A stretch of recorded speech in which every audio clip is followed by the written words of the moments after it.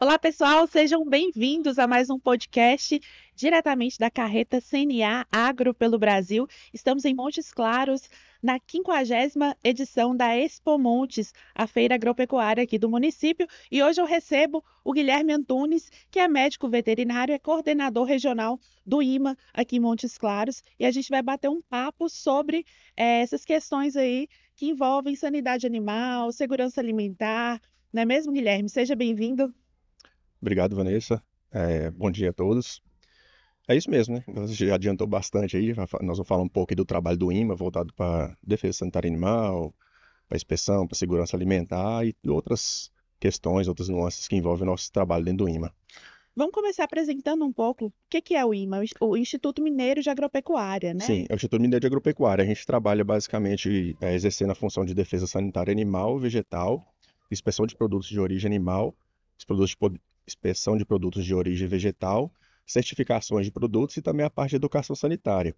Aí, assim, a gente entrando com um pouco mais de detalhe em cada um, dentro da defesa animal, a gente trabalha com os programas de prevenção de erradicação de febre aftosa, de brucelose, de tuberculose, os programas que visam a vigilância de sanidade suídea, programa estadual de sanidade avícola, de animais aquáticos, também voltado para a apicultura, né? E também a gente tem as partes que envolvem sanidade de caprino e ovino, sanidade de animais aquáticos, e também a parte de eventos pecuários e fiscalização de produtos veterinários.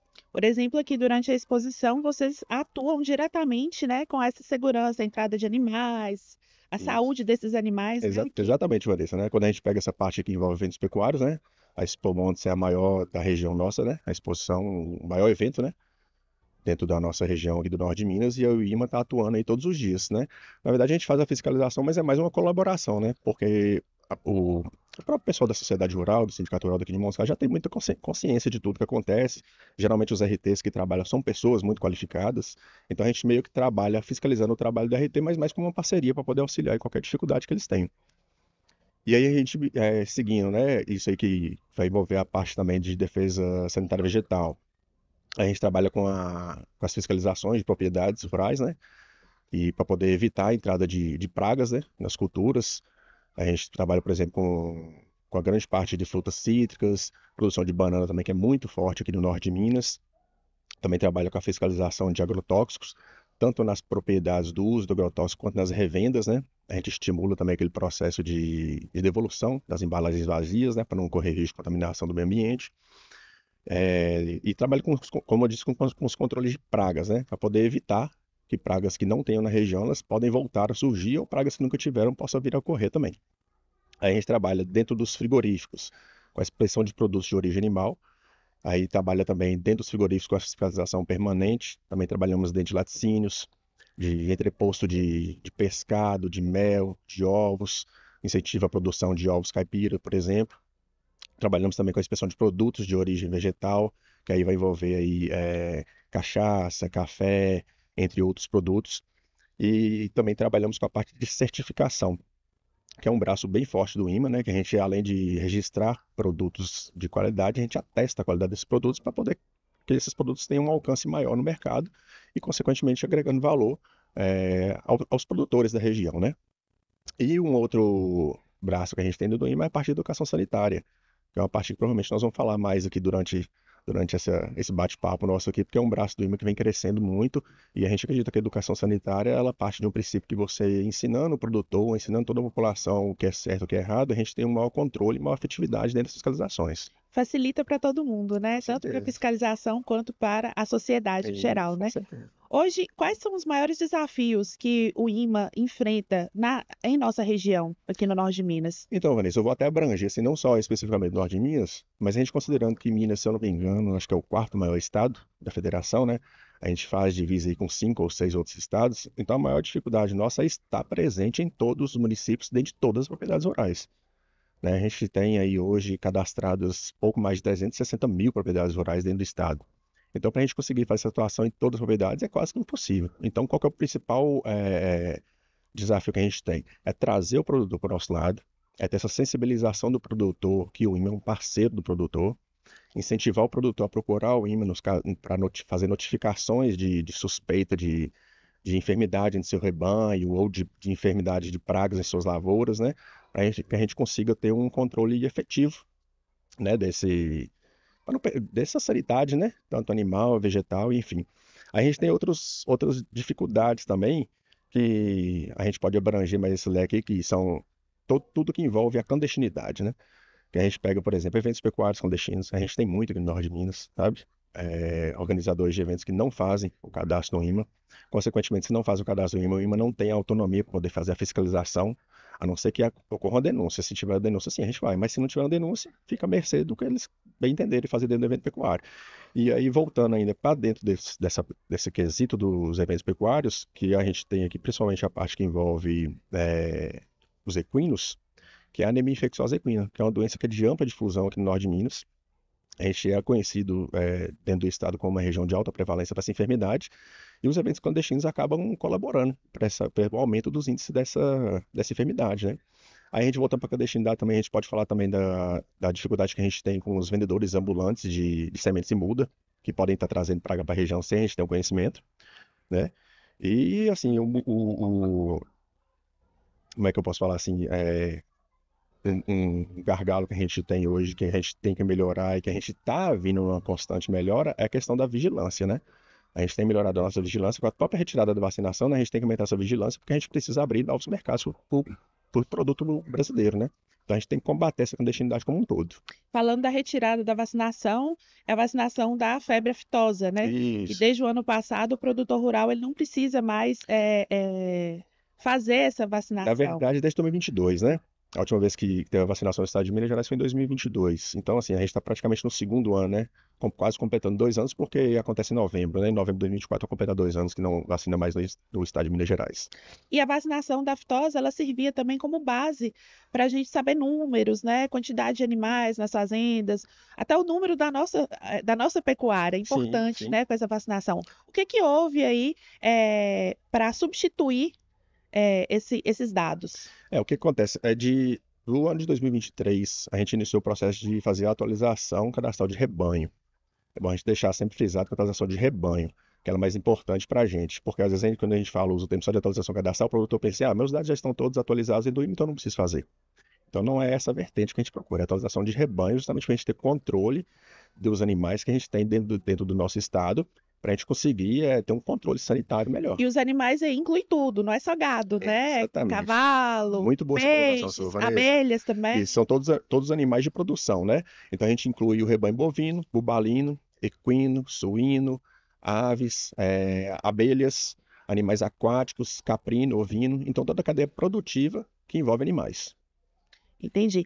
E o que que o produtor precisa fazer para ele deixar esses dados atualizados, né? Hoje a gente tem o escritório do INMA aqui dentro do Parque de Exposições João Alencar Ataíde e também tem o Sindicato Rural que recebe o produtor para lançar esses dados no sistema, né? Sim, isso mesmo.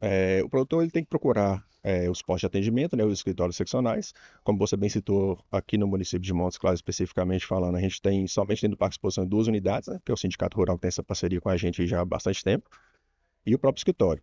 Só que a gente, além disso, a gente também incentiva o produtor a fazer via internet, que é um facilitador hoje em dia, né? A gente sabe que a comunicação cada vez tem voltado para essas questões que envolvem a modernidade. Então, a internet é um bom meio de fazer essa atualização de rebanho, né?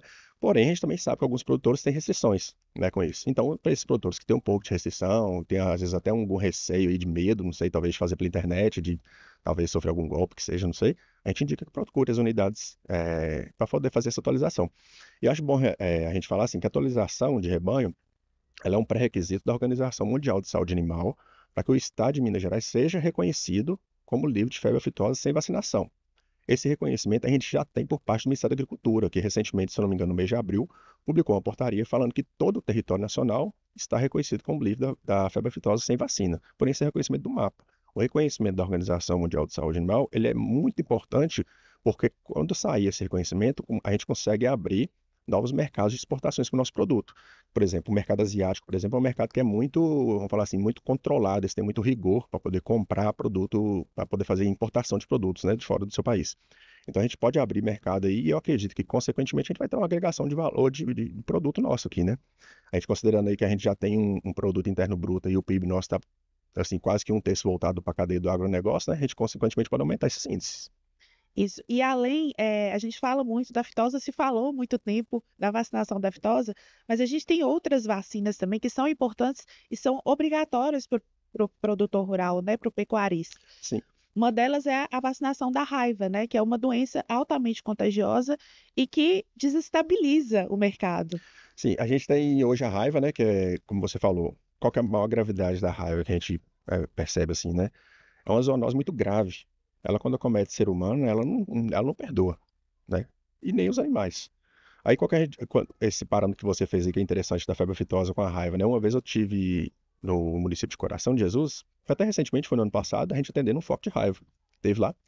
Aí o produtor comentou com a gente, sabe? Falou, seu doutor, acho interessante quando o produtor não vacina contra a raiva e vacina contra a fitose. Porque a fitosa, geralmente a gente não vê a febre aftosa. Tem muitos anos que não tem ocorrência de febre aftosa, principalmente no estado de Minas Gerais. E a raiva vê. A gente vê animal morrendo, vê que é uma morte sofrida, e mesmo assim alguns produtores têm restrição de vacina contra a raiva. Isso sem contar que é uma zoonose gravíssima. Então, você tendo um foco de raiva dentro da sua propriedade, o risco de transmitir para o ser humano é muito grande. E qual que é o principal dificultador da raiva assim, que a gente vê? O período de incubação da doença é relativamente longo. Ela chega até 90 dias. Então, quando o produtor ou o animal começa a sentir algum sintoma, principalmente sintomas neurológicos, a gente já pode considerar que um caminho sem volta. Sabe? Ele é fatal mesmo. Então, assim, por exemplo, quando a gente tem um animal com uma possibilidade de estar contaminado com raiva, e o produtor tem essa consciência, a gente já indica que o produtor procure posto de saúde para fazer a vacinação pré-exposição, para não correr risco da doença avançar, caso ele tenha sido contaminado pela doença. E outra doença que é preocupante é a brucelose, né? Isso. A brucelose também é uma zoonose, né? A gente pode considerar a brucelose um pouco menos grave que a raiva dentro desse parâmetro da mortalidade, mas não menos importante, porque ela afeta muito a economia, principalmente do produtor. É uma zoonose também? É. Mas dentro da produtividade do rebanho, ela causa perdas terríveis, porque causa aborto em fêmeas, geralmente no terço final de gestação. Então, quando está ali, a vaca perde parir o bezerro, é quando acontece o aborto. Então, assim, todo o tempo que o produtor perdeu, né, gastando para poder aquele animal vir e reproduzir, ele perde aquilo, né? Então, o principal é a perda econômica e considerando também que é uma zoonose grave também, porque da mesma forma que esses sinais clínicos que ela tem nos animais, no caso de vaca de aborto, de macho, de esterilidade, né, os machos ficam inférteis, também acontece as mesmas coisas no homem. E existe também um programa nacional de controle da raiva, né? Como é que funciona? Isso, esse programa, Vanessa, a gente baseia-se em alguns pilares, né? Eu acho que eu não vou lembrar todos de cabeça aqui, mas a gente baseia-se basicamente na vacinação, nos trabalhos de educação sanitária, nos atendimentos, quando a gente tem a notificação do produtor de mordedura de morcego em seu rebanho. Então, a gente faz um trabalho de captura de morcegos hematófagos para saber se realmente é um potencial transmissor da raiva. E aí a gente faz o trabalho de verificação de grutas, de cavernas, porque é uma particularidade da nossa região, né? E é um ambiente favorável à presença dos morcegos hematófagos. Então, esse programa ele tem uma efetividade muito grande. Inclusive, a gente tem um grande parceiro dentro do IMEREN da nossa gerência, né? Que é o Jomar. E ele, inclusive, está vindo aqui para a região, acho que na semana que vem, se eu não me engano, para poder fazer um pouco desse trabalho aqui na região norte de Minas. Certo. Falando um pouco sobre a brucelose, a gente tem hoje uma parceria entre o IMA e o Sistema FAIG Senar, onde são capacitados agentes de saúde para a aplicação da vacina da brucelose, que é uma vacina que ela precisa de um cuidado especial, porque ela possui a bactéria viva, né? Então ela é altamente contaminante. Como é que funciona essa questão? Isso mesmo, Vanessa. O que que acontece? A gente sabe que os médicos veterinários não têm condição de atender toda essa demanda de vacinação de brucelose. Então, a gente tem um programa de cadastrar agentes de vacinação, agentes de saúde. E qual que é a importância dessa parceria com o Senar? A gente tem essa parceria aí, ela já vinha de alguns anos acontecendo. Aí, quando foi mais ou menos no ano de 2015, ela deu uma parada, por motivos internos. E aí a gente voltou, até com uma reformulação dessa parceria, né? O Senar nos procurou e, obviamente, a gente atendeu, porque é uma parceria que eu considero, assim, de extrema importância, né? Porque a gente também não dá conta de fazer isso sozinho. E aí, quando o Senar nos procurou, a gente pensou numa reformulação desse programa. E aí, por coincidência, a gente acabou lançando um projeto piloto aqui em Montes Claros, no município de Montes Claros, no início desse ano, né? E aí eu tenho que acho que até é digno eu fazer um agradecimento ao Disseu, né? O gerente regional aqui do Senar, e também a um amigo meu particular e médico veterinário muito competente, que é o Carlos Vitor, que é da região de Divinópolis, que se dispôs a vir aqui para fazer essa implantação desse projeto piloto junto ao Senar. O que a gente está fazendo hoje? A gente não está voltando exclusivamente para a vacinação de brucelose, embora isso também tenha uma importância muito grande. A gente está hoje desenvolvendo agentes de saúde. Que o que quer dizer isso? A gente está treinando essas pessoas para elas serem os olhos do IMA dentro das propriedades onde a gente não tem alcance. Para eles terem discernimento de verificar uma possibilidade de enfermidade vesicular, que é indistinguível clinicamente de uma febre aftosa. Então, a gente pode poder ver também a questão de mortalidade de ave, para poder fazer a prevenção de influenza aviária. A gente passou um susto tremendo no ano passado com influenza aviária. Então, a gente está treinando agentes de saúde, para poder ver também supostos casos de raiva. Então, essa parceria com o Senar, ela é muito grandiosa para o IMA e acho que para todo o estado, né?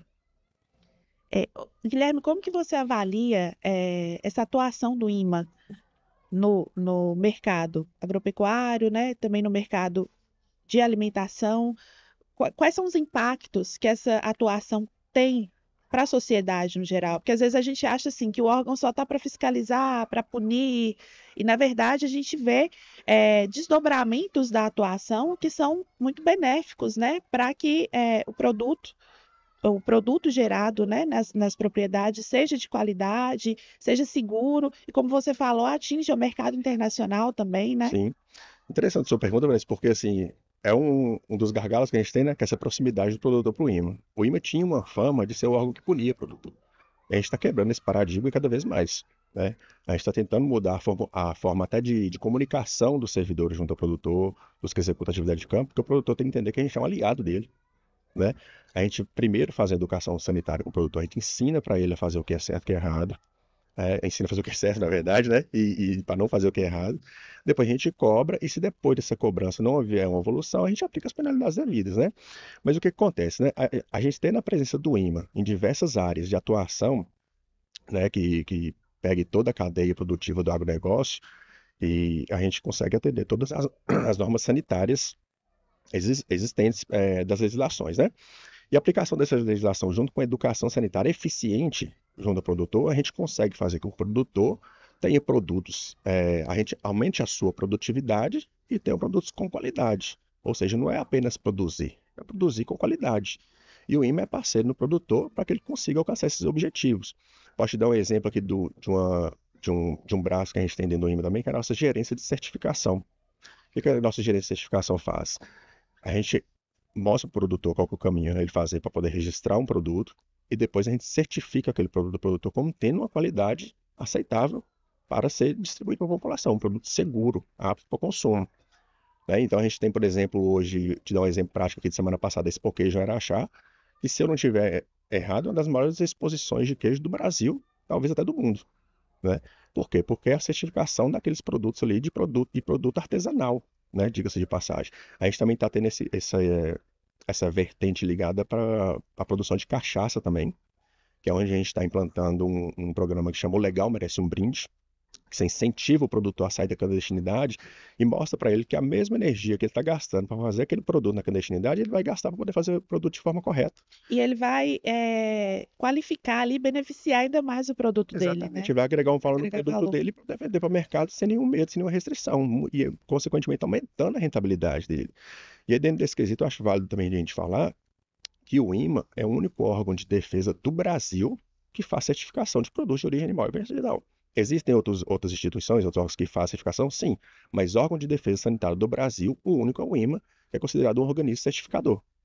Então, assim, a gente tem essa competência para poder trazer o produtor para o nosso lado, para ensinar ele a registrar e certificar. A gente tem um exemplo prático aqui interessante também, que pega uma outra vertente, que é a certificação de ovos caipira, que o primeiro produtor, a primeira propriedade que fez certificação de ovos caipira dentro do estado de Minas Gerais está aqui em Bocaiúva, pertinho da gente. E com certeza esse produtor está muito satisfeito com o trabalho, porque assim, é notório para a gente, sabe, o retorno que a gente tem disso, né? Um produtor que estava com uma produção pequena, ele está conseguindo escoar a produção dele para todo o estado de Minas. Perfeito. Tem algum outro projeto, iniciativa do IMA em andamento que você gostaria de destacar aqui para o nosso público? Sim, sim. A gente tem assim vários projetos e, assim, a gente tem buscado a melhoria, como eu já falei, da comunicação interna, para a gente conseguir melhorar essa comunicação externa. Consequentemente, voltando à pergunta anterior, né, de trazer o produtor para o nosso lado, né? Então, a gente está fazendo processos de comunicações mais modernos, a gente está tendo uma assessoria de comunicação agora que é muito eficaz, né, através da pessoa do Igor, que está comandando a turma lá em Belo Horizonte. Então, a gente está modernizando esse processo de comunicação. As redes sociais do IMA têm melhorado muito na divulgação do nosso trabalho. Esse próprio podcast que a gente está fazendo aqui não é a primeira vez, né, que está tendo aqui no Norte de Minas uma atitude como essa, né, uma atividade como essa, né? Então, assim, são vários trabalhos que a gente está fazendo para melhorar a comunicação. A gente passou, né, também recentemente com a reestruturação do nosso núcleo de educação sanitária, que a gente acredita muito que a educação sanitária ela pode evitar vários tipos de perdas com várias enfermidades. Inclusive, se a gente for parar para pensar aí na pandemia que a gente teve, provavelmente com a educação sanitária, a gente poderia ter tido, talvez, evitado uma pandemia, ou se não conseguisse evitar, tivesse perdas menores, né? Não fosse tão grande como foi, né? Então, a gente acredita muito nesse trabalho de educação sanitária. Aí a gente ainda tem dentro do braço de educação sanitária, a gente trabalha muito com a parte sanitarista mirins, né? E os sanitaristas acadêmicos. O que significa isso? Sanitaristas mirins é quando o IMA vai dentro das escolas, principalmente as escolas públicas dos municípios, para poder ensinar as crianças como que é o trabalho do IMA. E para trazer esse retorno, a criança já começa a entender desde nova a importância do trabalho do IMA, para poder evitar de doenças como um todo, né? De pragas, de lavoura, de doença em rebanho, enfim. E também a parte acadêmica, né? Eu até tive recentemente a convite da faculdade aqui em Montes Claros, fazendo uma apresentação para o turma de veterinário, e foi uma coisa muito gratificante para mim, sabe? O retorno que eles tinham, sabe? Foi uma troca muito interessante. E aí depois eu conversando com a turma de Belo Horizonte, eu falei assim, ó, qual que é a vantagem de um processo desse dentro das faculdades? A gente já está fazendo um profissional formar na área, já sabendo das obrigações que envolvem as legislações, né? Então, por exemplo, os responsáveis técnicos que a gente tem, que são ligados ao IMA, são treinados pelo IMA, ele já pode sair formado já sabendo a obrigação dele. Então, a gente já consegue formar profissionais mais capacitados, consequentemente. E um outro projeto que a gente tem que está sendo reestruturado também é o nosso sistema, né? O Cidagro nosso, ele está passando por reformulação. Eu acredito que até o final do ano ele já vai estar aí, pelo menos nas fases de testes para o produtor. E ele está sendo feito em parceria com a Universidade Federal de Lavras. Então, eu acredito que ele vai vir aí e vai melhorar muito essa forma de fazer todo esse processo de atualização de rebanho, de emissão de documentos por parte do produtor, por conta própria, digamos assim, né? E ele também vai ter algumas coisas de fazer atualizações automáticas, de rebanho, alguma coisa assim, que vai facilitar muito, com certeza, a vida de todos nós que estamos envolvidos nesse processo. Guilherme, muito obrigada por participar aqui conosco, traz essas informações importantes a respeito do IMA, que é um parceiro do produtor rural, não um parceiro aqui do Sindicato Rural de Montes Claros. E obrigada a você também por participar conosco de mais um podcast aqui da Carreta CNA Agro pelo Brasil. Eu te vejo no próximo episódio.